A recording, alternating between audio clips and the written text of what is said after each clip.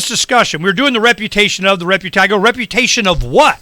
Well, of, the person. And I go, yeah, if I don't know it's that person, and it's always that person, and it's that at any one time, anywhere is that person, then their reputation don't mean nothing to me. It could be 14 people for all I know. Yeah, it doesn't really matter, right? Yeah, exactly. It's a bot. I mean, I need to know it's that person, and I don't even care if they go by different names. If I get on a ship, and I'm here, I'm Fred. Okay, hey, Fred, mm-hmm. Pirate Fred. Pirate Fred's there and does whatever. He goes to another ship, he does Butthead there, and he goes to another ship, and now he's Pirate Tom. Okay, well, right. Pirate Tom's cool, but until he starts acting like Pirate Fred eventually, and then we didn't like Pirate Fred, it's the same guy. How the hell do we know? And this, I don't want the government doing it. We do know, and that's where the biometrics comes in.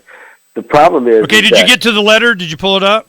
I have not. I'm at the site. Where do I need to go to get the letter? Where you go to Letters of Reprisal, right below where it says Letters of Captain Mark and stuff. I see food, water... No, below that. Breaking news, join us above. To the right, where it says Letters of Captain Mark on Amazon, Letters of Captain Mark online. Yep, see that? See it. Right below Letters of Mark. It says Letters of Mark, Letters of Reprisal.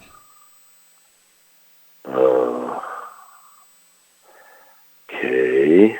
I don't see that. Okay, click on read. Click on the icon of him. It says read the Letters of Captain Mark online. Click that. I see it. Yep, I'm getting that. Yep. Okay, now. Right below it, it'll say Letters of Mark, Letters of Reprisal. Dr. Barber, Captain Kidd, Pirate Code, blah, blah, blah. Letters of Mark, Letters of Reprisal. Got it. All right, click on Letters of Reprisal. And the fourth letter, Scuttlebutt. For whatever reason, it's still thinking. Well, that's where it's at. I just want you to. I'm not going to read it for now. Sure. But, I can mark that and read it later. Well, fourth letter of reprisal, Scuttlebutt. Yep, there you go. That's it. Okay. So, I mean, here's the thing that I'm going to read, when we come back, I'm going to read the first two paragraphs, kind of give you, kind of what we're going on about, and maybe there's down in there. It's one of the longer ones, because we wanted the detail, just like we did with the others. This is for you. This is it, right here. I want to know how close you are and comport to. Because this is, this is one of the last. From now on, we're probably going to have the forum start to participate in what letters get written and help with that and so on. Because we kind of done pretty much, what we wanted. So. Well, I believe that there's a combination needed of technology and social interaction. Yes, and we're changing the social interaction. Okay, let's talk about it. This is this is definitely a Morpheus thing. All right, here we go. Right. That's twitter.lrn.fm. It's time for good friends, sitting in jail, because he was open about it. I remember Morpheus, he came and goes, I fear not, though I walk through the shadow of death, I fear no evil, because, screw them. I mean, he actually say that stuff. Now he's like, I don't care. And that's what, during the trial, they would put up, and they go, listen to this. He goes, the IRS can suck it, and federal government suck it, and banks suck it, and suck. I do Bitcoin because I don't like them, and suck it. See, he doesn't like the IRS and the banks, and I'm like going. He would say, don't talk to cops and don't get shot. Yeah, I mean, all kinds of crap like this. I'm just, and the jury's sitting there going, I mean, they must have all been government employees, because I'm like, yeah, and what the, so it was the judge, I thought, that, probably did the best in this whole thing. Oh, yeah. The judge is like, whoa, he could see what was going on. And I really, and he openly in court, he's like, I like Thomas. I'm sorry you have to go to, we can be buds. Let's go golfing. Literally. Oh, yeah. He was like oozing all over Thomas, So he saw he got a raw deal. And a lot of other judges did not want to do this. And I think he's like, give it to me. I'll take care of business. So it was very interesting, and the government did not get what they wanted. And the judge kept saying two things. One, Bitcoin is perfectly legal. I just want everybody to know Bitcoin legal, Bitcoin legal, it's legal, Bitcoin legal, okay? Two, they want, if he's trading in Bitcoin, then he has to be a financial institution as opposed to them, and he's got to report to and KYC of the government, and he goes, not so much. So he's like, nope, doesn't do, meet the requirement, and this one little thing, he doesn't have to report. Well, that's what this whole freaking thing was about, was to get that. Well, they didn't get that. Well, then why are we here, So, it's here for Thomas to go spend years dicking around with this stuff. So, now, in mind of this and the privacy that we need, we keep hammering on that. And a lot of times in the blockchain community, they keep saying it, but they don't actually do it. They get to the point, well, that's a little hard, and we'll get to that someday, but we can make a bunch of money and do this and offer, and you're kind of almost free. You're just enough clandestine that you say stuff that you normally wouldn't, and you put yourself and make yourself vulnerable. Then the man with the resources actually breaks it, gets it, you're done. It's the biggest screw up is when you think you're private and you say stuff that you don't want grandma and the jury to hear. It's terrible how people get nailed because they think they're free. Now, Boston Tea Party will be on next week. I remember him, he was a big privacy guy, and he wrote a book about it. Now he's just like, screw it, man, you can't be private. And he went through a bunch of stuff, and I was able to find different things about him and call him and do and penetrate the bureaucracy and get through the. And he's like, how did you do that? I go, I did this. And he's going, damn. And I'm going, yep, I don't think you're as free as you think, as clandestine as you are. Now, I'm going to read these 2 paragraphs here, and Todd, help me out on where your software addresses a lot of this stuff, okay? Sure. Pirates are confronted with all the same villainy as those on land, theft and fraud, even murder and sexual assault. Most landlubbers can't fathom how we supposed scoundrels manage to avoid protracted chaos and our floating casually executes a dozen political prisoners before breakfast. But gossip, rumor, in turn, decentralizes influence. Gossip has the power to topple empires. Among pirates, your credibility is everything. Cultivating renown can expand your opportunities, shield you from false claims, and even earn you a ship and loyal crew. But infamy can get you ostracized, blacklisted, and thrown in the bilge. However, libelous allegations from the crown are practically a resume at sea. Your reputation is an intangible asset that doesn't belong to you. It's the impression of you in other people's minds. It's what people say about you behind your back. You can't control it, but you can influence it. At the center is your identity, your character, your sentiments, ambitions, and vulnerabilities. This core is yours alone, but it is invisible to others. Around that core will begin to crystallize your competence, the sum of your life experiences, all your successes and failures. These amount to an expertise, a gift you have to offer the world. But if you don't show your competence, if you don't show your character, no one will ever know your value. This is where many pirates go wrong. Competence requires presentation if you hope to stand out on a crew full of equals. Your presentation is all the outside world sees and all they have to form their opinion. On top of your character, your competence, and your presentation is your reputation. It's the constellation of equilibria reached in much the same way as a market discovery. Speaking, reputation has 2 prominent features. The first is trust. Who do you trust and why? Trust relationships form a liquid social fabric, whereas one's good standing rises and falls according to public opinion. With trust, cooperation and harmony are possible. Without it, we are derelict. Second is behavior. Then it goes into how you rate behavior and all this kind of stuff. But this is the point. 2 main features. Who do you trust and why? And the other is behavior. This trust thing is linked to you are you. And they keep thinking it's a government thing. It's a DNA we got in the driver's license of they went through and got your state issued whatever the hell. What if it wasn't issued from them? And when we talk about, the list from the government, and they say, well, the libelous allegations, your rap sheet, from the crown is practically a resume at sea. If you looked at Morpheus's rap sheet, you'd go, well, you're hired. We've actually experienced that in several locations. The interesting thing is that, we have a skewed perception of our national identity and our reputation worldwide because we're fed the bullshit and kept in the dark. So as Americans, we feel like, oh, everybody loves us. We're Americans. We're cool. We got, we're the freest and we're the most powerful. But the reality is that most of the people that we deal with on a daily basis realize that they're basically ex-colonies. Basically, we actually were the colonial power in one nation that we're working with, and they look at us and they say, yeah, okay, there's some cool things about being American, but you're a colonial power. And so they look at us completely differently. So our reputation as an organization, because we have many people from the Liberty community involved, gives us cred. It gives us cred. We actually have gotten opportunities because they said, okay, we trust you. You're not CIA. You're not trying to subvert us. And we've actually had background checks and all kinds of stuff where we've come through with flying colors because our letters of marque are represented by our reputation. See, and that's my point. And a lot of times, think about it. When they want to infiltrate, some opposition to the crown, what do? They create a false identity that puts them against the crown. I mean, so it's just, so I need to have something that we can validate. I'll give you an example. The Precariat, our ship, when you come on, you're you.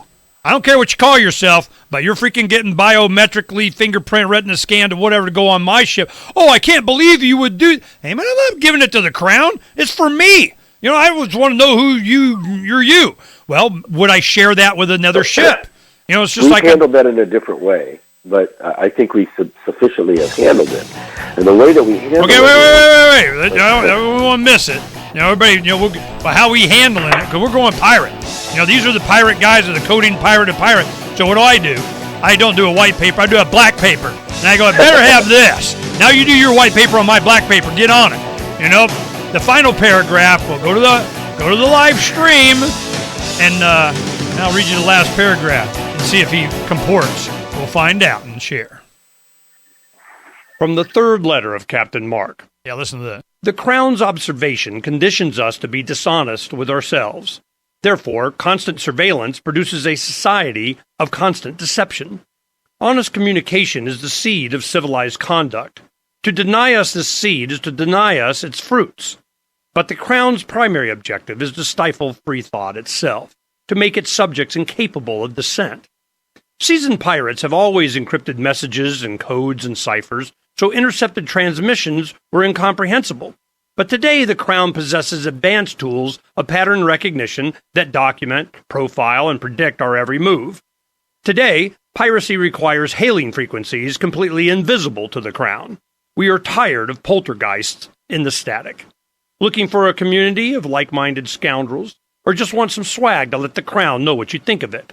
Join the conversation at pirateswithoutborders.com.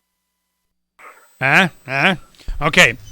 Now, that's the pirate communication thing. Here's the last paragraph. I'll give you the last couple. Here we go. It's crucial that competing services in this field include some immutable features that allow us to accumulate meaningful social capital with resilient networks that enable fellowship. Such a program must be designed for interstellar communication in a galactic parlay. It must be resistant to artificial status inflation and possess virtually no obstacles to entry. Such a tool must be peer-to-peer protocol that relays data outside the traditional communications infrastructure. It must run without centralization and engage many niche platforms and aggregate relevant data according to every user's preferences. It must be grassroots, transparent, and subject to reputation itself. This limits the ability of hostile parties to spread lies without risking their own reputation as a truth teller. But all the most sophisticated features are irrelevant if the reputation market isn't accurate. Pirates must find a way to enjoy enough anonymity to protect them from the Crown while also maintaining a consistent identity to ensure their reputation is their own. Anonymous markets are already able to collect pseudonymous reputation data on all users. Aboard many ships, the manifest is available to the entire crew and often other vessels to ensure that individuals have a consistent identity that is horizontally visible to other pirates while remaining invisible to the Crown. That's the goal. Right. So here's how we handle that. So what we have is a system of endorsements, okay? All of this is blockchain, so therefore it's immutable, but all of it is encrypted except to the core nodes, which are the application, which represent ego sum. That encryption can only be interpreted by the app itself, and the app is open source. So anyone can look at the code and say, okay, this is what it's doing, and it's not doing anything under the covers that we don't like. So the idea is you do submit your biometrics to be encrypted for the app to interpret, but the app is the only thing that ever sees it. And it shows in its open source code that it never does anything like give it to somebody else. So literally you're unlocking your own ID with your own person. Does that make sense? It's not stored in a But how is database. it validated from the beginning? See, that's one thing. It starts with Well, the in precariat, and they it's trust. endorsements. It's a Okay, system of endorsements from whom? And that is open. That's the social component of it, right? So it's to be determined. I mean, there are things called ancillary endorsements, which allow us to have different threads of endorsement, which keeps it hidden from the quote-unquote crown. So this will play nice with the crown's identity. Okay, all right, we're coming back. Let's talk about it. Identity. All right, Area. Visit broadcast.lrn.fm to learn how. Broadcast.lrn.fm. Everybody else spend all the time feeling sorry for themselves. Victim of this, victim of that. Your mama's too thin and your daddy's too fat. Get over it! Woo! Yeah, get over it, man. Crying and pitching a fit. Get over it. Get over it. Yeah, we got a letter about that. All right, this is what we're talking about with Todd. Now, Todd is part of Stepwise. Todd Kandaris is working with, Mike Basic and Morpheus. So you guys are kind of hooked up a little bit. They were doing stuff. And Nova here helping us doing pirate leather. Nova went and worked. Leo has a painting. Really trade land. I mean, I bought this from him. Yeah. Saith who? Well, I got a gun and I say it's mine. Now what? It subjects them to theft of property. Yeah, so you need to have ID, who these people are, who's got it, who transferred what to whom, and the ID of the property. So it's not just individuals. This goes to the actual thing that they're buying. So I'm going, all right, so they got it going on over there. They see what they need. Well, what you guys are doing is creating an entire infrastructure for a application added to EgoSum, which allows for, untamperable voting. That's our number one. See, there you go. And you got to know who it is, and who is that person, and are they eligible to vote? And it still needs to make their vote anonymous. Yeah. To protect their anonymity for who they voted for. Yeah, no, I'm hip. And we've got that all figured out. But the thing that's important that you were talking about earlier was a combination of identity and history, right? So you have a reputation. That is your history, right? And all of this stuff is held on a decentralized system of nodes. And basically, you create this identity, and it is secured by your own biometrics that are not given to anyone else. They're only used by the app. So the app is impartial, and the app is open source. So anybody can look at what it's doing.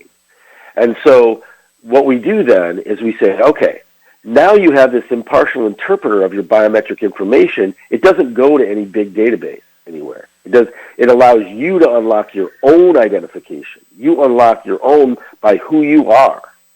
And we can do multiple layers with that. But we have this thing called ancillary endorsements. This is the thing you were talking about, the crown, which is you can have an ID that satisfies the crown, and you can have a different thread on the same ID that satisfies any organization or parallel that you want, including a pirate network. Yep. All right. I'm with you, brother. How are you doing it? Well, it's okay. This is what I want. Let me ask you this question. See, our big thing is not just ID someone. That's the first thing, because we're going on about the reputation, how that works. Whoa. Until we address that this is the reputation of whom or what, I need to know that this person is that person. My biggest problem is that I need to know that, and when they go from here to another platform, because you got these traveling trolls and it plays nice with all platforms. Okay, so then doesn't matter. It would be like our people are pirate approved or something. They got a little it depends sticker on your context. I call them CSCs. They're context specific certifications. CSCs are a way to present the correct information in the correct circumstance. So if you're dealing with one network and that network requires X, Y, and Z data points on you, then those X, Y, and Z data points are all you provide to that network. So this is a universal ID. It doesn't just work on our network. It doesn't just work on our particular coin or token or anything like that. It literally is a combination of technology and social adjustment, or evolution is a better word, social evolution, so that we learn how to use this ID, and it's very powerful because it's completely cross-platform. Okay. It's a universal ID. Now, when they do this, a lot of times I get a fake ID and it has my picture on it, or it just, swipe it. It doesn't matter. I get to go in the dispensary because I had a card that, whatever the hell. Okay. So Sure. I'm going, all right, can I use my face?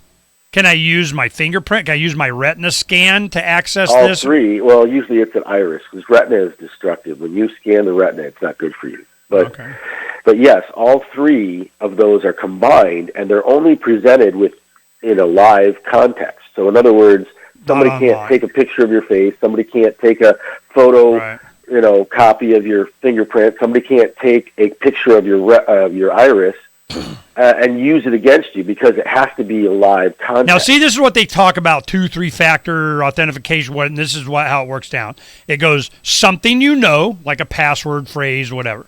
Something right. Something you are, which is like your biometric, and something you have, which is like a particular device or something. Right, so the way we cover all of that is exactly that. You have to enter a password to get into the application. That's something you know. Something you are is your biometrics, those three that we mentioned, and something that you have is the actual access keys to your ID. It's your ID itself. Now, this is where you may get into people for security and convenience. They're chipping, okay? I got, you know what? I'm going to be Jason Bourne and put that in my back of my hand, forehead, and mark of the beast. Now, the thing is that the mark of the beast is the beast mark. What I'm like, hey man, I'm doing my own freaking mark. That's a whole nother thing until they hack that and then you rip that sucker out. So I'm just going, there's going to be a lot of weird people. Got to be able to make the distinction. What we are looking for is, yes, we do need to ID people and have their reputation. And do I want to work with them? And sure as hell, do I want them to get on my pirate ship and go to freaking space? Do I want that person on my ship? Well, it's all about who you know. It's who you know. And then who do you trust that people say they know? See, when you start on the precariat, and if we were to test this and start developing and doing this as an example with the precariat and the pirates in the forum or something like that, we do that, and certainly we have different levels of reputation. I know this person. I've known them for years. They're in my face. I got, here, it's me taking a picture with them. It's kind of two pictures, it's a super, reputation or something. So you do that, and you go, what value is that to the next ship or the pirate network or to someone else? Well, you have to be able to rate the raters. And that's one thing that we have in here is if you're not able to give a rating to the people given reputation, then it doesn't really work. We need to have that public opinion on who's given an evaluation on anybody, what value that has. Where we went online, we were looking at all these different things. The one that kind of came closest, I think, was Yelp. Yelp not only has to where they show what the rating that they gave on some of this restaurant or whatever, because there's so much complaints of people, doing and being all funky with that they had to have the person rating it. You could go look at them and all the ratings that they have done, everything that they have rated, what they gave, and what their comments were, and then people can give a weighted endorsement in that way. Yeah, I mean, you have to have some kind of, if I got just a bunch of troll bots of whatever up there, giving a rating on somebody, which is what happens now. They do it now. They get you banned and deplatformed and censored and all kinds of crap because they don't like you or they got enough complaint or they called the right number. Exactly. Yeah, they go, that restaurant sucks and I'm next door, you should come to me. So this is, if you can't rate the rater, then, it's not really give me everything I need. So that feature. And if you go look at Yelp, I looked at that and go, yeah, that's kind of going in the direction that I was thinking. And for this very reason, because people being rated, we're going, look, are you even looking at who's rating us? So you have the reputation of the person giving the reputation. Yeah, and that creates a weighted situation. I mean, the whole thing about ego sum is that it is a system of multiple endorsements, and where your endorsement comes from is as important as the endorsement itself. You know, you come up with this, and we were able to put it on Pirates, and we have, number one Morpheus pirate of, I'm using this. Right. Oh, believe me, it's definitely under development. We've had some challenges that startups. Go to the live stream. We're not done with Todd. Well, I'm on soon. We'll be right back. Hi, I'm Derek. Yeah, now we can finish up. Okay, so you can see my marketing mind how this is going. One, we got, Pirates Without Borders. We go to a lot of festivals and people know about and whatever, and the decentralization of everything. But it centers. We've been waiting for this because But you need the crown to tell who people are and the idea of what about and the murders of whatever. One endorser. They're one of possible thousands of endorsers, and the crown needs itself to endorse something so the crown trusts it. They're in the same position as any other pirate. Yeah. They're just the king pirate. Yeah, see, just having a state endorsement, especially when you got infiltrators, they get all perfect state. It's like a racer with, Vanessa Williams and Arnold Schwarzenegger. Right. I mean, they just make up whatever, and you're that person now. They'll switch some dental records, change this number, give you social security, we're done. Well, one important aspect of ego sum is that they can't take it away from you. And that's what you're saying. Mm-hmm. They're taking away the one they gave you, right?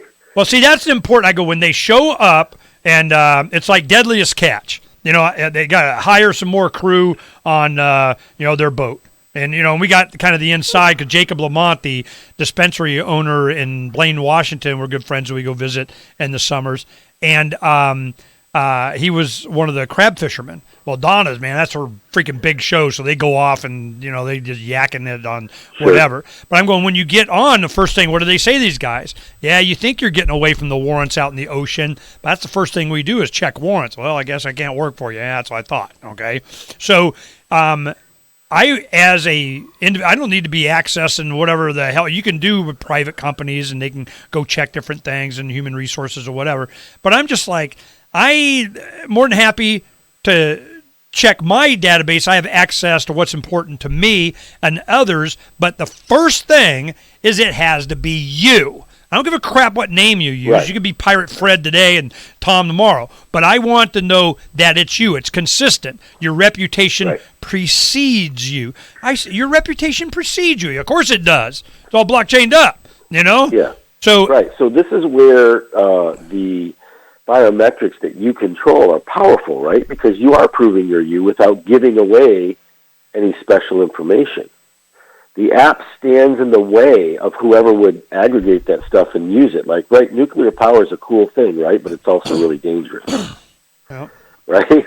So basically, using biometrics in a centralized database is really dangerous. But if you use them in a good way, you've got nuclear power. Yeah. You know what I mean? You've got something that basically is not releasable, but it also creates assurances that you are you. You're the person that this ID belongs to. They can go out and create 100 IDs, but every single one of them points back to the same biometric data. Does that make sense? It's like it doesn't matter. It is that person. Well, people that they want to weight it heavy government because they want to, whatever. Yeah, well, you need those on 21. Well, I think that will help us get adoption. Right? No. I'm under. People are going to want that, but I tell you what. On the other side, the people are financially incentivized to get what they want, when they want, how they want, is definitely going to be. Oh, I got. Okay, I see you there, Palmer. We'll get to you in a second. The main thing that we're looking at is when they go and want to be sure that it is you. Who wants to know that more than anybody else? Insurance companies. Because if you're dead, they got to pay out millions of dollars. It better be you dead, right, Right. So what do? Well, we got a government, supplied death certificate of blah, blah, blah, which I'm sure there's fraud going on out the butt everywhere. There's a feature called X Viewable. That feature is part of, it's a dead man switch for your ID. So basically, you publish a key that doesn't know what lock it goes to. And then when you leave in an insurance policy or whatever, you leave them that key, they can go and check it, but they're not notified until they get the lock. right? So it's a dead man switch. It's a complex thing, but it allows all of your, whatever you put in that lockbox as X viewable to be available. So like if you want heirs to be able to have passwords to things, or you want somebody to have access to well, you don't mind if I write it on a piece of paper too. It doesn't matter. Damn it. As I'm switching phones here, I'm going, I tell you my roadblock is I got my Authy stuff on one phone and the app on the other, and I got to get some password or so on, and I'm going, and that one I don't have written down somewhere, the Authy whatever, and I can't get, I'm like, I can't go to the other one to do, so anyway, I got to go find whatever. And so I'm like, from now on, when you use, when you need a password, you don't use it. You use your EgoSum ID. And then you have a one-time, one-shop, you know, but all right. And you control it. Nobody Todd, else. do me a favor. Facebook doesn't control it or whatever. While you're all super sick and you got nothing else better to do, read that letter entirely and go over it. And if you think there's some technical, that's one thing that we published it before we really had a tech guy exactly like you doing this stuff, being able to dissect it and make sure we weren't incorrect. Derek went over it, and he said it seemed okay. But since you're working on this, because Davi thinks it's a little too wordy and kind of, I'm like, yeah, I kind of agree. We kind of rushed this one, but I was happy with it. Would you go over it and then make some comments or insert what you have to address a lot of these as you go through that? I think you'll find it helpful. I mean, I can let you have access to the white paper that explains. I mean, it might get a little heady and technical, but it does. Yeah, send it to us. Yeah, because well, fortunately, we're like minds. I mean, we're thinking along the same way. We're just going at it from a more practical aspect of it. Just do this, like the second, third. Letter of mark, same kind of thing. Sure, so I got tired of fighting you guys. I'm going, look, you know what I want? This is what I want. Do this. Well, we're going to have to. I go, I don't give a crap how you do it. You're assuming I'd understand it anyway. Just do it. Right. Well, I mean, and we've stayed the course. We're working on it, and the thing is that you need to establish some of these mechanics that aren't necessarily technical, but they really work to how does this work in the real world? How do you use it? That's where we started coming up with examples like going to the bar and asking for a drink, and the tender says, "Are you old enough to drink?" And you give them the ID, and it says yes. People begin to connect with that. They understand that it can be used that way, and they don't care about the blockchain or any of the ways you make it happen. We totally get that. Yeah, I'm glad. See, the one thing about Stepwise is you guys, because you came up in the Levolution, all this kind of, you understand this. And I can get to my next guest. But Donna is getting that ready. My main thing is privacy has been lost. I mean, it's not even on their drawing board anymore. No, I mean in the blockchain movement. A lot of these guys, but we're more compliant. It's all KYC and blah blah. Yeah. I'm done with that. Where are the other guys? All right, I gotta get to my next guest. Todd, thank you very much. Keep us informed, and we're all over it. Absolutely. Take care. All right, peace. Bye-bye. Active knot tying techniques. Right. I think most reasonable people. Alan, I got you. Alan? Drag from a horse means something else. Makes sense to me. This is the Onion News Network. And now, live from the studios of Freedom's Phoenix, Ernest Hancock. Believe me when I say we have a difficult time ahead of us. But if we are to be prepared for it, we must first shed our fear of it. I stand here without fear because I remember that I am here not because of the path that lies before me, but because of the path that lies behind me. I remember that for 100 years we have fought these machines. And after a century of war, I remember that which matters most. We are still here! Today, let us make them remember. We are not afraid!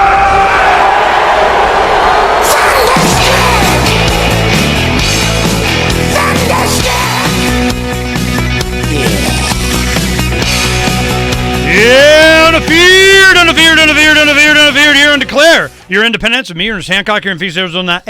from the beautiful studios of Freedoms of the Nest, FreedomsPhoenix.com, Dr. Palmer. Dr. Alan Palmer is on.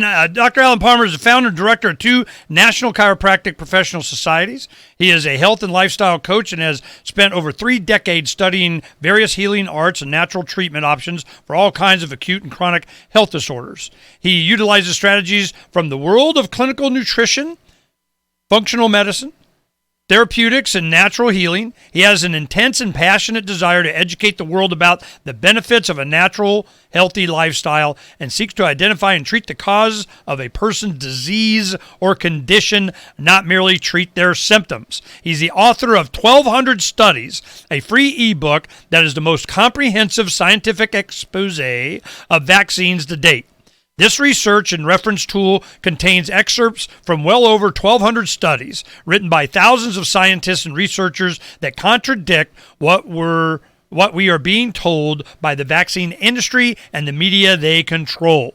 Published in a PDF format, it provides keyword and phrase searching, links accessing each topic, pages in the document from the table of contents, and links to each subject topic to the original abstract or study online. These unique features make 1,200 Studies an invaluable resource for easily accessing vital evidence-based information that will bring truth and clarity to this very contentious and controversial topic. His website is wellnessdoc.com, wellnessdoc.com. All right, the free ebook can be downloaded from 1200studies.com. All right, everybody, go get that. You just need to have it before it goes away. It go away. Now, Donna, we got it on the archive site in the third hour for him. Did you have the PDF itself? It's a link. No, I want you to download the PDF, put it up on our server, and then link to that so that we have it forever and always, and it never goes away. All right, Alan. You got one more. It never goes away, please. You with me? Good morning. Thank you, Ernie. Now, this is the reason why we do this is a lot of times these PDFs and, this kind of, we'll just put a link to it and then it's gone. Like, oh, hell no. We can download that, put it on our own servers. We do that a lot. Boom. There it is. Another place and a man can suck it. So I'm, happy to do that. All right. So now you're going to be a speaker at the Vaccine Education Summit, which is at the Sheridan Crescent Resort here in North Phoenix, and it's where we do our summits and so on. I just push a button, make it go whir again.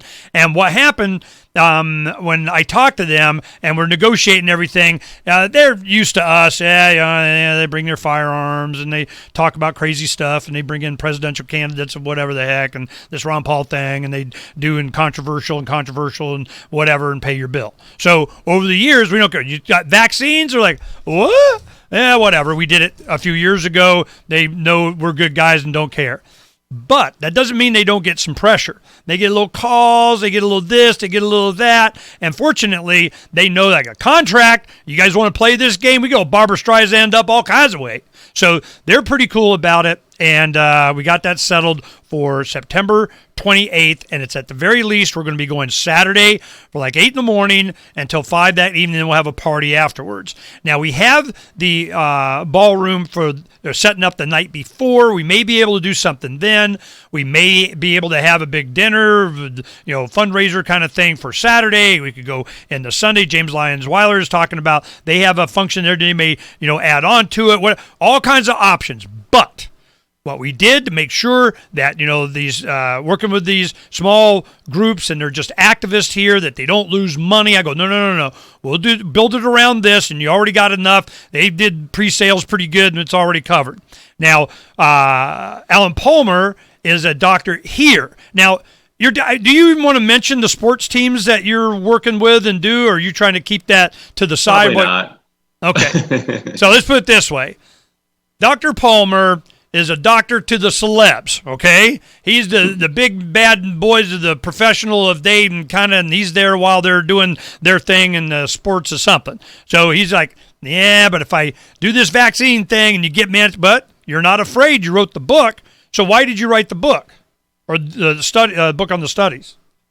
Well, I'll tell you about 2.5 years ago, Ernie, I was seeing a lot of social media posts. that were very condescending, if not outright crude and rude to parents who chose not to vaccinate their children. I have 4 children that range from ages 27 to 21, and they've never been vaccinated growing up. So totally healthy. And in my practice, I always told people, I said, here's some research, here's some books, look over what I'm giving you, ask a pediatrician for the same thing, and then make your decision as to what you think is in the best interest of your child. So I've always been, balanced on it, but I obviously have a bias towards not vaccinating because of the research and things I even knew back then, almost 30 years ago. So when I saw these social media posts, I was getting kind of upset. A lot of them were being passed around by relatives. So I began to write a social media post in response to that, and was going to throw in some studies, and then I threw in a few more studies, and I realized it was too long for a social media post. So I said, well, let's just do an article and see if I can get it published somewhere. And it just kept growing and growing and growing and growing. And after 2 years, it grew to 550 pages and over 1,200 studies. I couldn't stop. I felt like I was drinking out of a fire hose. When they say the science is settled, this is a major false talking point. It's a lie. When they say the science is settled on vaccines, I think it's settled, but it's settled in the opposite direction when you look at it. Yeah, you've given presentations to the Breakfast Club. We've talked to you, and it's a lot of people don't know how many studies there are refuting whatever the CDC and these guys are saying. In fact, the CDC scientists themselves have become whistleblowers and said, "Look, man, we know, and it's bad, and I got a conscience, and oh my God, and save me from hell." Well, what happens? What do? They say he can't respond to a congressional subpoena to talk about it. We put him in a basement and pay his check and shut up. Yeah, and there is so much of that, and a lot of that is exposed in my ebook too. Some of the different issues with the fraud that was perpetrated in the studies, and as you said, the whistleblowers that have come forward. There's a major lawsuit working its way through the court system on the part of the MMR vaccine, the mumps portion of the MMR vaccine, that 2 scientists that worked on it claim that they substituted antibodies from rabbit's blood to spike the sample to try to get it approved by the FDA because the antibody levels weren't reacting or responding the way that they should. So there's all kinds of smoke and mirrors and things that go on in that industry. It's unfortunate, but and so I released the ebook in December, and then over the last 6 months, I continued to do some research and adding to it. I just released an update, and it now has 718 pages and over 1,400 studies. And I tried to concentrate quite a bit on the measles on this release, because the measles really seems to be the point of the spear. That is the thing that they are depending on to drive their mandates home, to remove any exemptions that we have, people who believe that our bodies are sovereign, and we and only us have the rights to control what is put in our bodies and that of our children. So measles is that's the topic right now. Okay, why? Because it's easy to get. It's not, as life-threatening as some of the others. It's contagious. It's little kids. It's kind of, is it convenient for them, or should it be something else? And I'll tell you exactly. All right, when we come back, he's going to tell us why. Because I can see it's kind of. They can. You can't say it over the music. We'll be right back. Oh, okay. The 6th letter of Captain Mark. A pirate's life is characterized by voluntary interactions. Unfortunately, the Crown presses everyone into involuntary servitude. Landlubbers believe slavery was abolished years ago, but the Crown still claims to own us when it crimps us into service against our will. Given sufficient ambition, it would gladly draft thousands of hapless victims to kill or be killed. It's simply slavery by another name.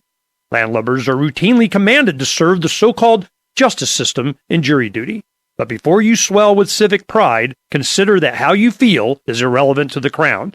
You will appear as ordered or face punitive measures. The Crown insists that you participate in your own oppression. A jury summons provides pirates with a unique opportunity to obstruct injustices. A juror can vote not guilty, even if it's proven the law was violated. A juror can acquit for any reason at all, and not even a judge can reverse that verdict. Receiving a jury summons is basically winning the sedition lottery. But if you reveal that you know this during jury selection, you'll probably be dismissed. If the Crown foolishly crimps a pirate into jury duty, it behooves the pirate to conceal their intention to nullify unjust laws. If a master takes 100% of your labor, it's called slavery, but if they only take 50%, they call it taxation, a difference of degree, not of kind. Whether the Crown claims a fortune or a cent is irrelevant. Most of all, a slave owner desires contented slaves, meaning thoughtless ones that accept their bondage. These house slaves see no contradiction in being drafted in a war to end slavery or summoned to a jury to prosecute tax evasion. An ideal slave knows no higher call than the master's will. The Crown's highest ambition is that its slaves revere the authority that subjugates them. But the Crown does not own me. I will not surrender my time and treasure to the Crown's ambitions. Join the conversation at pirateswithoutborders.com. Cell 411 is a free app for Android and iOS. Okay, we have Ireland starts gender-neutral HPV vaccine for boys. You know, they're just, I mean, it's one after another, after another, after another, for whatever reason, and it doesn't matter, and here's a bunch of money to some governor. So when we come back, what did you want to finish off on? And then I had bunch of questions. Sure. I just wanted to talk about why they're using measles. Yeah. That's right. Measles. Okay. As their pet project. Well, measles. No, wait. Save it for the live show, man. Let me just give a teaser then. All right, give a teaser. All right, you get all the goodies, measles, all you guys in the live stream. All right, go. Should I go? All right, just a teaser, quickie, little bit. All right, quick. So the measles is a deadly disease. It was in the United States in the late 1800s, early 1900s, because of overcrowded conditions in the cities, lack of sanitation, poor water supplies, all kinds of things that bred conditions that were ripe for disease. It still is deadly in third world countries where people live in slums and there's raw sewage running in the streets and behind the cardboard box houses, and people are overcrowded and malnutrition is rampant. So they can point to those countries and say, look at measles. Measles is killing tens of thousands of people every year in these countries. And create that fear around that narrative. But the death rate from measles had dropped 99.4% before the vaccine was even introduced in 1963 in the United States. It was almost gone as far as the death rate. People washed their hands. But the death rate, was almost gone because of our standard of living that had improved and public health policies and clean water. Okay, I know where you're going with this. Yep. Let's go ahead and save it for the air. I get it. All right. Yep. Here we go. You got it. Help get LRN.FM into more ears. Visit promote.lrn.fm for a free bumper sticker, flyers, banners, graphics, and more. What? Oh, so they weren't listening to that? No, they are on the live stream, but not the live show. 800. Oh, gotcha. Okay. 602-264-2800. And now, Ernest Hancock.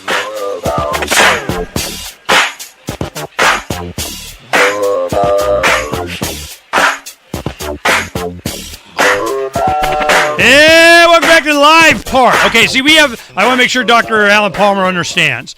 We have a radio show, a live broadcast around the country, different affiliate, blah, blah, blah, blah, blah. But we also do live streaming on the internet on various different platforms of this, that, and everything. The people that go to freedomsphoenix.com, you go to I'll show you right here. Well, those that can see it are already on. But you go to the top right of Freedom's Phoenix. It says Declare Your Independence, and you click on there. You get the live air. You could have it from LRN. You could get away from, and then we have this. I got to update the plugin Adobe Flash. I don't want to, but on the you go into the radio show, watch streaming broadcast live on Float, Twitch, YouTube, DLive, Facebook, blah, blah, blah, blah, blah. So when we're in the break and we're talking, the people that have logged in live to the show for the video, audio, they can see our screens. They see all the graphics, and we're talking about different studies, your pictures of viewed, all that kind of stuff. But the live show is between the commercials, and that's on the network. But we also have the live streaming that includes everything.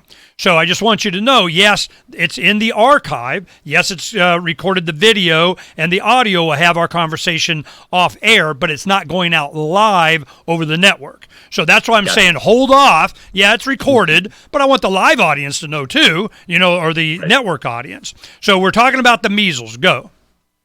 Okay, so the reason I believe that they use the measles as their project, their pet project, is because to accomplish these goals is because in the late 1800s, early 1900s, measles was truly a deadly disease, even in the United States and Europe. The cities, the inner cities were overcrowded. There were animals walking up and down the streets, horses, everything. There was manure everywhere. There was no garbage disposal, no sanitary conditions. The water was partially contaminated. The lack of quality food, overcrowding, all those things. And those conditions still remain in some third world countries. And so it is still a deadly disease in some third world countries where they have... Why? See, my thing is that when you have a good immune system, you got good nutrition, you're not too hot, you're not too cold, you're not living in squalor, and you get measles, a lot of times, you just go through it and it's not as big a deal, but when you got poor nutrition, your immune system is compromised from bad food and maybe vaccines and all this other crap, you get measles, it's just like a bunch of any infection. Any little scratch can turn into and you're dead. And that's how a lot of people died, was from infections, just not having clean water and food. When you start washing your hands, hell, that stopped a whole bunch of disease just doing that. But you got to have running clean water to do it. So measles is a dangerous disease for those that are compromised. If I'm got a 6-year-old kid gets the measles, what happens to him? More likely here in America. Yeah, so I mean, even in early 1960, before the vaccine was introduced, the death rate from measles was approximately 1 in 10,000. They report it as 1 in 1,000 because what they're actually reporting, but they never use the word reported, is the number of reported cases, the death rate. But the overall death rate was about 1 in 10,000. And the reason is because most people, like my family and everyone I know back then, saw the measles as a very mild, benign disorder or disease that children stayed home from school for a week, they got over it, and then they had lifelong immunity.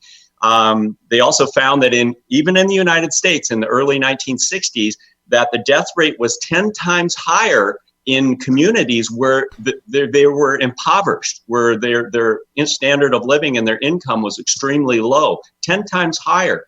So if you consider today's America and the relative affluence we have now compared to that, and one thing I want to mention, because you mentioned nutrition, this is really important, and a simple example of how powerful nutrition is, even the World Health Organization has published widely that they have implemented vitamin A programs in these third world countries, and they have dramatically reduced the complications and death rates from measles by just giving vitamin A to these malnourished children. Okay, vitamin A comes from what? Well, I mean, there's various forms through the carotenoids, beta carotene and things like that, but fruits and vegetables. So a lot of these countries, they do not have access to fruits and vegetables. And so they're very deficient in vitamin A, and vitamin A acts as a powerful stimulator for the immune system. So good nutrition I tell my grandkids, man, if it comes out of a Mylar bag or cardboard box, it's probably not food. Yes. It's just poison. So they went home and told their mom, and they go in the pantry. Well, Papa says this is all. I go, and then she called me and had. Boy. Yeah, I had to go through that. But now, as time has gone on, they become much more conscious of this because my grandchildren are not vaccinated. But they come like this. They start going to school and they go, Papa, I sick. And I go, yeah, right. You call that sick? I'll give you sick. But they go through this stuff in a couple of days, and the school is, well, your kid doesn't, we've looked at his shit, he doesn't have oh my God. Yeah, it'd be fine. Don't worry about it. So their immune system is fine, and it's because it hasn't been compromised, and they eat better and better as the years go on. All my grandkids, man, and we got chickens with eggs, man, so we're doing it up there in the aquaponics, and oh my God, this is what a real tomato tastes like. But this has been our defense against it. How effective is a good nutrition and hygiene compared to vaccinations? How much money are they spending on the vaccinations and then all the problems it causes in care later, as opposed to, teaching them to grow a crop and having a decent meal? So what is the real solution? Well, that's my whole point. In these third world countries, I believe, as we're seeing humanitarian groups go in there and dig wells for people, and we're seeing them get proper medical care and learn about personal hygiene, and they're getting better quality food brought in, and these people are their bodies are being built up through good nutrition, we'll see a dramatic drop in the rates of disease. But of course, the pharmaceutical industry, I'm sure, is going to take advantage of that and say, no, it was the vaccines. It was the vaccines. But so nutrition is extremely important. But I think that, one of the things we're seeing is that the vaccine antibodies wane over a few years. I've got some published studies in there that show that the MMR vaccine, even 2 doses of the MMR vaccine, wanes at about the rate of 9.7, according to the journal Vaccine, which is a gold standard journal for vaccine companies. Is there such it wanes thing? about 10% a year. And so what we're finding is adults are not protected anymore. So if we get a major outbreak, and we've seen the shift of back in the day when we had natural wild measles, most children got them between ages 4 and 6 or 4 and 8 when they're most capable of handling it. What we've seen a shift now is in older people, later teens, young adults, and in older adults, where it can be much more serious because of the fact that the vaccine immunity has waned, and they have no permanent immunity. Well, yeah, and I want to show you. There's okay. Wait, the music started. See, you're all excited. Gotta wait till we come back. But the thing is that you have all these measles that. Oh, I thought they were vaccinated. What happened? Are you a currency advocate? Exactly. The Crip? Yeah, no. When they do the Disneyland, all this kind of stuff, and you go, "Aren't these all vaccinated kids? What the hell? You tell me about outbreaks that you said you protected against. You didn't protect them, and a lot of times you caused it with the vaccine." So I'm just going, I mean, it's just stupid. Well, Ernie, some recent published reports are saying that the measles virus, which apparently is about 22 different subtypes, it comprise the measles virus. There's different subtypes, is starting to mutate. You know what we've done with antibiotics? It's very dangerous. We've overprescribed antibiotics, and now the bacteria have mutated, and now we have these superbugs, they call them, that we don't have anything that can touch them. And well over 100,000 people a year now die from antibiotic-resistant bacteria in the United States. And we're starting to see the same thing with the measles virus. It's beginning to mutate. It's almost like that's their intent. Before it's a healthier environment, a healthier diet, these solve a bunch more of the problems without the long-term side effects. And they'll pick out some poster child of a Christian Science family if they didn't do it right and let them be sick. And this is why we need the man in the crown takes a village to raise your baby. And that means it's ours kind of thing. So but if you look at the statistics and the numbers, it supports freedom is the answer. But my problem is that they don't care. That's not really the goal. And they'll use any one individual poster child or a circumstance to justify their existence. And as time, I just think humanity is getting smarter with books like yours, 1,200 studies, 1,400, whatever how many studies it's going to be. Are you going to change the name? No, I think I'll just keep it the same. 1,200 studies plus. But I guess put 1,200 plus or whatever. But for me, I just want to get to the truth. And what the truth is that they, them, those benefit from us being sick, from them trying to prevent us being sick. And if they can get a back end on it where we can be sick and they can, formulate the whatever for that, because they don't want solutions. And I'm going, this is criminal. Somebody needs to stay after school on this. Who? Well, the evidence is already showing that the rates of chronic illness in children and young adults is going like this. There's a trajectory. It's ramping up and up and up. It's just starting. It's going to get a lot currently, worse. They say that in 1989, 12.7% of children had a chronic disease or illness. Now it's 54%. And when you look at the rates of neurodevelopmental disabilities and learning and behavioral problems and autism and immunological conditions, autoimmune diseases, they're just skyrocketing. But what's interesting is they're tracking exactly along with the gradual increased risk of vaccine doses that our children are getting. When I was a kid, I think I got 8 doses by the age of 18. Now children get 72. And they're getting 36 doses by 18 months of age, 29 doses by 1 year old. It's insane. It's insanity.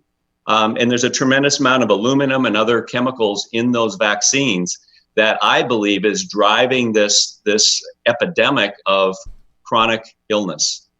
Well, and intentionally, it's happening. I mean, it's a side effect. It's just a side effect of us making gazillions of whatever.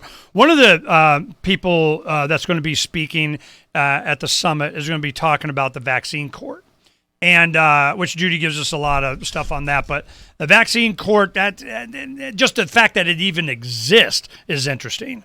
And when we first found out about it, there was the videos that we did on it and making fun of it. All right, here we come back. Those that just want to be left alone, and those that just won't leave them alone. Which one are you?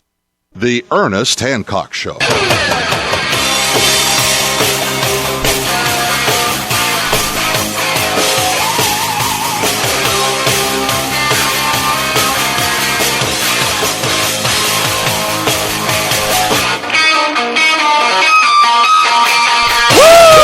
We're back here on Declare Your Independence with me, Ernest Hancock, and a very, very, very, very special guest, Dr. Alan Palmer, that did the book 1,200 Studies. It's now like, 1,400, 1,500. You're going to have to keep changing the name. Well, maybe just leave it at 1,200. 1,200 sounds good, whatever. But I go, how many do you need? How many studies did you get to before you go, God, man, there's a pattern here. These guys are doing this on purpose. Sons of bitches got to stay after school or something. So how many studies, how long did it take before you start going, damn, you were convinced? Well, I think that was one of the reasons, Ernie, I kept going with this, is because the only way I think we can defeat the lies and the propaganda, that's disseminated through the pharma-controlled media. The pharmaceutical industry is the largest, one of the largest, if not the largest, advertising sector in the media. So what they say is reported out there, and if anyone speaks up against it or anyone brings anybody on these TV shows or anything that wants to give an opposing view, they would be fired. Okay, I got to give the audience this stat. Yep. We were looking at this a few years ago, and it just blew up right in your face. Other than during the election cycle when they're spending gazillion dollars on, vote for me, when you're outside of the election cycle, certainly on a national level, the news station, the networks, they make 70% of their profit comes from big pharma. This is how much they control it. Outside of election campaign time, the vast majority of their revenue comes from big pharma pumping drugs. And I don't mind, I'm First Amendment, you say whatever the hell you want about anything, but you get prosecuted for force and fraud. Well, they ain't no good. Oh, we can't get prosecuted because you can't prosecute us because we've got this vaccine liability limitation of we can call it a vaccine, do whatever the hell we want. And I'm going, wow, how long will that last into the future, you think? Is that going to be challenged? Should be. Yeah, it's hard to say. How many legislators are getting funded by Big Pharma for almost all their campaigns, too. So to try to get anything to change is very difficult. But I guess my viewpoint was, if I can assemble just a massive amount of scientific information, and these are from 45 different medical and journals representing 45 different medical and scientific disciplines too, with thousands of researchers. The big difference is that the researchers that typically put these studies out have never worked for pharma.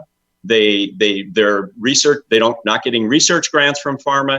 When you see the pharma controlled studies, typically some of the authors, and very often the main author of the studies, has either worked for a vaccine company or in the pharmaceutical industry, even at the CDC. And most people think of the CDC as this neutral government agency that is designed to protect our rights and to look out for us. But did you know that the CDC holds 56 patents on vaccines and vaccine products? 56 patents. What? They make a ton. The CDC makes a ton of money in the vaccine business. It's Wait, time out. Where is that not even challenged as a conflict of what the hell? Well, I agree. I agree 100%. No, I mean, has anybody challenged that? Nobody has? Well, there's also people that work in the CDC that then get lucrative positions in the pharmaceutical industry, big time lucrative positions, and then they migrate back into the CDC. So it's like this revolving door. Yeah. And these things have been challenged, but I guess the way they justify that, Ernie, is that by the CDC being involved in the vaccine industry, they're doing this for the greater good. You've heard that, right? The greater good of the public. And it's for the children. It's always for the children. Let's pollute the children and make them dead, and kind of for the children.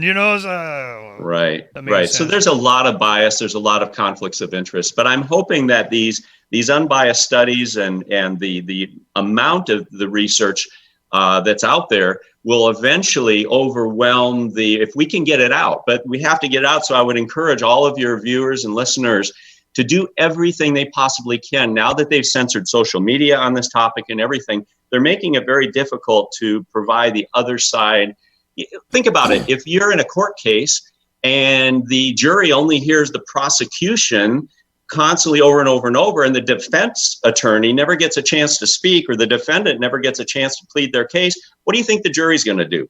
And so it's the playing field is so tilted in Big Pharma's direction. We need a grassroots effort. We need people to disseminate this information every way they possibly can. Well, if I have an option to believe you or them, and I want to I give you an example. This is what I'm thinking of. The last time we did the Vaccine Education Summit, there was a young woman that sat in the front row, and when we had the forum and so on, she's asking questions, and she, quickly told the story, her story. What happened was she was pregnant. She wanted to, make an informed decision. Do I vaccinate or not? She was kind of, hip to the criticism, so on. So she went online, did her due diligence. She's looking at all the stuff, and what do you see?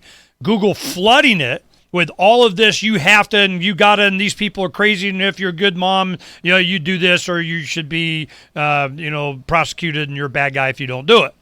So she looked at all this, and she did. Well, what had happened, of course, they, put the other alternative research down, or they make fun of it, or, whatever the heck. Now you can't even find it. Now it's not there. Now they've made a policy of anti-vaccine, or even just education, or what. We don't even say I'm not even anti-vaccine. I'm just anti-force and coercion. Right. And I consider myself a vaccine skeptic. I mean, I'm a healthy skeptic. I think it's good to be a healthy skeptic. When someone tells you something, you shouldn't believe it on face value. You should check it out. Well, yourself. She did, and then she vaccinated, and then she has a vaccine damaged child, and it just tore her up that she did the effort and somebody lied to her by omission. And it was just, so I'm going, when you do this to thousands, hundreds of thousands, millions of families, sooner or later, there's a big giant pushback which be a-coming, and I knew that was going to happen, which is why we did the Vaccine Education Summit like less than 2 weeks after my first interview with Judy, and it was when they released Vax, the movie, and we had Del Bigtree on and so on, and I go, oh, hell no, I know where this is going. This is going to be bad, and it's going to continue to get worse. It's going to be a big giant blister that's going to spew all over society, and you represent a lot of the information that we need to do that. So I can share one thing with your audience, please. If I have the time, real quick. One thing I have definitely noticed, to your point, is that 2.5 years ago, I could Google something. I could Google search something about vaccines, and it would come up with a representation of some of the vaccine skeptic sites with some of the science sites and some of the medical sites. But a lot of the vaccine skeptical organizations would come up very high in that search. I can't even find them now. When I search something, and I've noticed even if you put exactly the words in it. Yeah, I've noticed in the last 6 months, when I try to search something that way, I have to literally go right directly into PubMed and do searches, which is a lot more labor intensive, but I'm doing it. But I've noticed a huge difference they've changed the algorithms so that just the pro-vaccine articles and things from pharma come up on the first few pages anyway. Of course. And why do you think that is? Because they can, you know. Yes, because they can. You know, well, I think it's follow the money trail. You know, if you follow the money, that's the way money makes the world go around. Unfortunately, whether it's right or wrong, it control. Money is power, and power corrupts, and so it's a problem. And that's why I'm encouraging everyone to at least use this reference tool, because if you try to just go to Google and search things now, and in the back of my ebook, I have about 140 different vaccine organizations, links directly to their organizations. So they can then go from those links directly to these websites and find a lot more information. Is that in the PDF on your book thing? Yes, it's in the PDF Boom. in my book near the back. Yeah, we'll have it on forever and always. Of course, go to 1200 Studies, but let me give out the webpage here. It is 1200studies.com. 1200studies.com. Of course, it's like a billion more, but we can't keep I want to mention, too, it's free. Ernie, it's free. has launched a trading platform. Okay, we got one more segment after this. You understand how this... Ernie, did you get... I'm sorry, but did you get my text that I have to leave a little bit early? I had an appointment. Yeah, you did. I apologize. Do you need to go... able to do that. Yeah, so sure. Well, do you... Okay, we come... what time did you have to go? Well, I mean... The show ends at 50... A hard stop would be like 5 minutes, 10 minutes to the hour, 5 minutes to the hour, something like that. Okay, what we'll do is when we come back, we'll go ahead and have you just wrap up and say goodbye, and you can go, and we're done. So we'll work on that instead of trying to... If you have some other questions, we can do it, and then, just so I can, sort of time it. Well, the big thing that I'm looking at now is where we are in this process of awareness and how that develops into opposition, effective change, because a lot of people, they want, we're going to out these, we're going to file a lawsuit here, we're going to go take and use the Crown system against the Crown, and we'll see how that works out. And I'm going, well, yeah, I already know how that works out. When we did... Okay, I'm going to share something with... Here, I can do this because I got technology. And I know Irene wanted us to mention the Breakfast Club meeting that she's doing on September 14th. All right. If possible, too. The Arizona Breakfast Club, or she's got another thing? I've got the details here. All right, I'll let you do that. Okay, what was it I wanted to show? Okay. You go on... Can you see the screen here? Yeah, yes, I can. Okay, you go to freedomsphoenix.com, you go to the top, and you get the AN archives up here. You scroll down a little bit, and there it is. It's this navigation bar that goes up here. AN archives. I go contents by subject. Now, I go to V for vaccines and vaccinations. And then, there it is at the top. Vaccines and vaccinations. Now, there's 1,486, entries on this thing. Now, I'm going to go to the first page. Now, this was, I think it was 2009 that we started, covering this. So what's the date on here? This October of 2009. Now, these interviews that we did on this, because we had a big campaign and we were talking about all this stuff, the signs that we did, see, we got pictures of signs. Yeah, we did Freedom of Information with the Arizona Department of. I got directors calling me, please make it stop, and we were just being butt heads and giving them what for. Now, the what I wanted to show you is our sign production. Here it is. Well, let's see if you can see them. Now, these signs that we made a bunch of these. Support first responders that say no to mandatory shots. And then we had this kind of, logo with the syringe thing. Nice logo. So we had a bunch of these. We had our workshop. We're just being buttheads, okay? Now, what happened is we took these and we put them in front of all of the fire stations and the police stations and talked to the unions and said, look, I guarantee that there's going to be somebody who's going to come and say, I don't want to do this. Are you going to support them or not? Are you at least going to let them know that we got lawyers and people that will take care of business? We're going to kick some butt. Let's do it. At least let them know that we're willing. We got lawyers and ready to go. Rights if we don't want it. because I knew that if first responders had to do it, well, they were going to make us do it, Yeah. So you got, Yep. So what happened is the fire departments in the East Valley, like Chandler Gilbert kind of thing, it's always because they were off the water supply. They didn't get fluoridated. They had to make them get in. We got an EPA. If you have to hook into Mesa, you ain't got your chemicals. So you always find it's all these people that weren't fluoridated or on some municipal water system that their minds were totally different. They were much more resistant. That's a whole nother study we need to check on. So what happened is they started sending them back and they canceled the program. And now, live from the studios of Freedom's Phoenix, Ernest Hancock. In the break, I'm showing Dr. Alan Palmer that we've been doing this for years, but we were way ahead of it early on because we understood what was happening. So I'm like, hell no, we're going to be forced. But what is it? It is a general public opinion thing. And until you get to that point, it doesn't matter all the other stuff that you do. There has to be enough people informed, and then politicians want to run and jump in front of the parade that you created, and then do you believe them? Not so much. Now, there may be some legislators coming to the Vaccine Education Summit. And I made it clear to some of the other girls helping Irene and Earlene working with me on this. And I said, if they come, they aren't allowed to speak unless they get up on the podium with the Vaccine Education Summit logo banner of right there. If they're, because they'll love it. Oh, I was there and I said, and I'm for, and then when they're against in this other group, and I go, no. I want the picture of you behind that, or you don't get to talk. Because I know how you guys do this, you lying sons of bitches. I am just so sick of this. Have you dealt with any legislators? I have actually. Nancy Bartow is the chair of the Health and Human Services Committee. She is the one that has she authored or co-authored the 3 vaccine bills that we tried to get through last session. I also know that just in talking to some of the legislators, especially if they're up for re-election. There's a tightrope. There's a line they have to try to balance to some degree, and understandably so, if they want to be reelected, so they can make a difference. So sometimes it depends on the election cycle. I understand. I don't play that game. Because if they're not in that position, they can't help us at all. So I mean, it's precarious. For them that talk, you're talking to the wrong guy.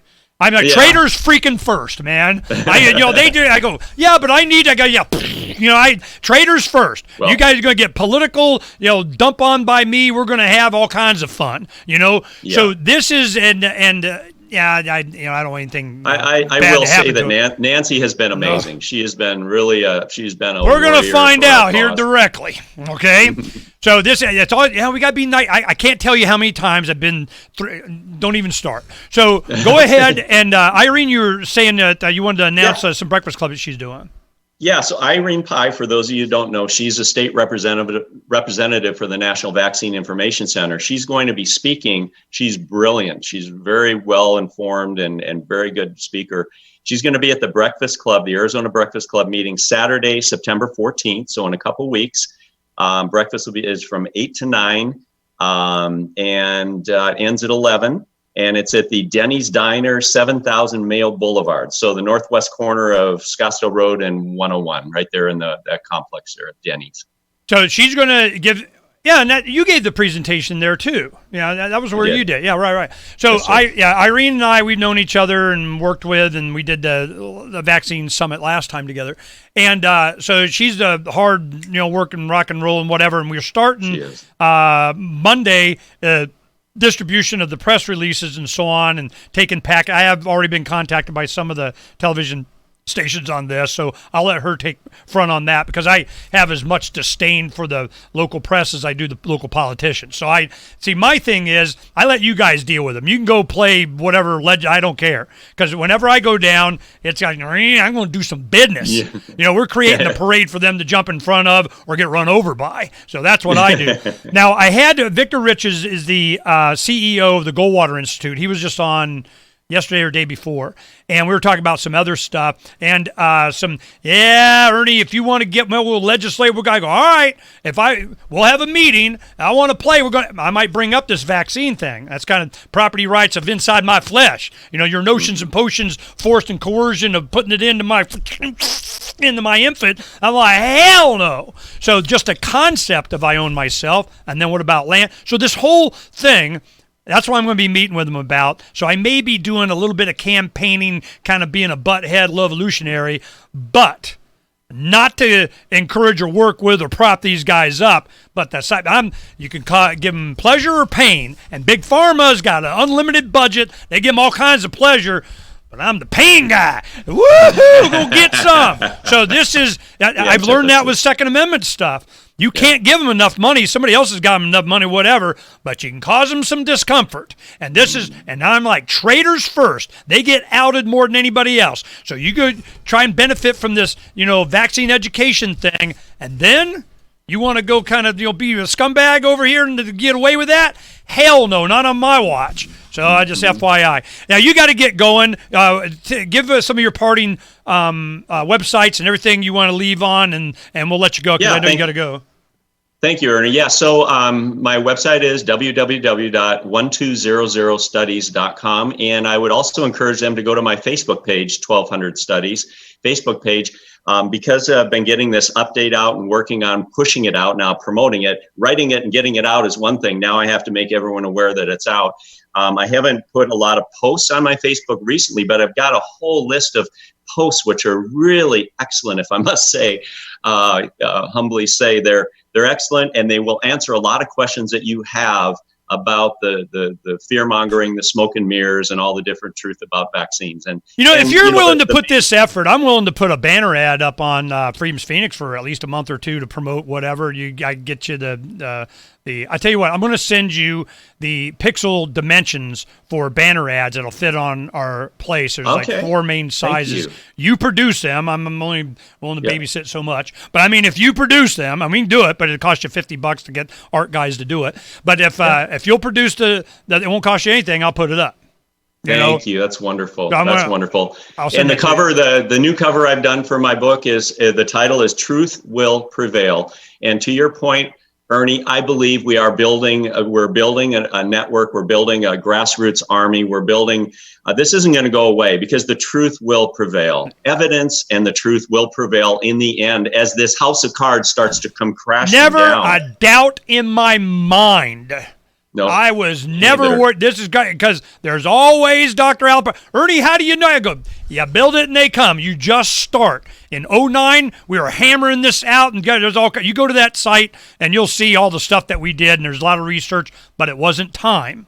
The people had not come to the fore, and a lot of the people have a voice, and as soon as they did, they censored them and took them offline. Well, we got the PDF at 1200studies.com, 1200studies.com. It'll be there forever and always. You need to know. Now you know. Dr. Palmer, thank you very much for all you do coming on. Thank you so much, Ernie. Appreciate you. At the Vaccine Education Summit, we will see Dr. Palmer. Thank you. Thank you, sir. Okay, we'll let him, go. He's got to, go play doctor and stuff. But I tell you, this is not going to go away, and we knew this before. And those of you that have been listening to the show regularly over the years, you remember when we first came across this issue, we knew it before. But it was from a libertarian. When we did the Education Summit, they go like this. They said, I remember it was Kent Heckenlively. He was a co-author of the book Plague, and they have a new one coming out too, Dr. Judy does. Well, they go, how did you know not to vaccinate? Because we had our initial kind of stuff, early on in the late 80s and so on. Then it got this baby visit to keep going, no, we're done. Oh, hell no. Because I see what happened. They get sick or no, just give them, give them a turnip. Eat some lettuce. Something. I'm like, no, just eat right and we'll be fine. Well, what happened was when we did that, people were like, you kind of a little crazy. Well, Kent goes, how did you know to stop? I go, because I'm libertarian. The hell does that mean? I go, because the government wanted to make us do it, and we know better. If they have to make you do it, it's probably not that great an idea that you would just already have done it. Now, if you want to be friendly advice and you want to inform me or whatever, which they also try and do, they go, oh, well, we're going to slant it this way and give this advice and you kind of, and help our buddy over here that donated our campaign. But I'm going, yeah, well, what if I don't believe you? What if I do my own research? What if I don't want to be manipulated? Well, then it's not friendly advice anymore. They go, all that friendly advice stuff, yeah, we don't have that so much anymore. We got that, we going to make you. And I go, really? Well, you're going to pay for that one. Well, then a lot of times they'll have someone, they'll go to a court case, and they'll go, yeah, you're right, you win. Now, like they did in Mexico. Here's a recent case they had. Somebody was arguing for the use of cocaine. And they were using Mexican law and costume, whatever. They made the argument, and they go, you're right, you win. These two clients, they can do cocaine or heroin or whatever it was. And they go, yoo-hoo, we're free. They go, no. Just them. Doesn't apply to everybody else. Just them. Yeah, you win. You're done. Just you. But what about you? And you, and you, and you, and you. Okay? What about that? This is, So, dealing with legislators, not waste a freaking moment on that other than go, hello, we're here, pick a side. Well, how about truth and freedom? We'll work on that one for you and keep you informed. Fossilized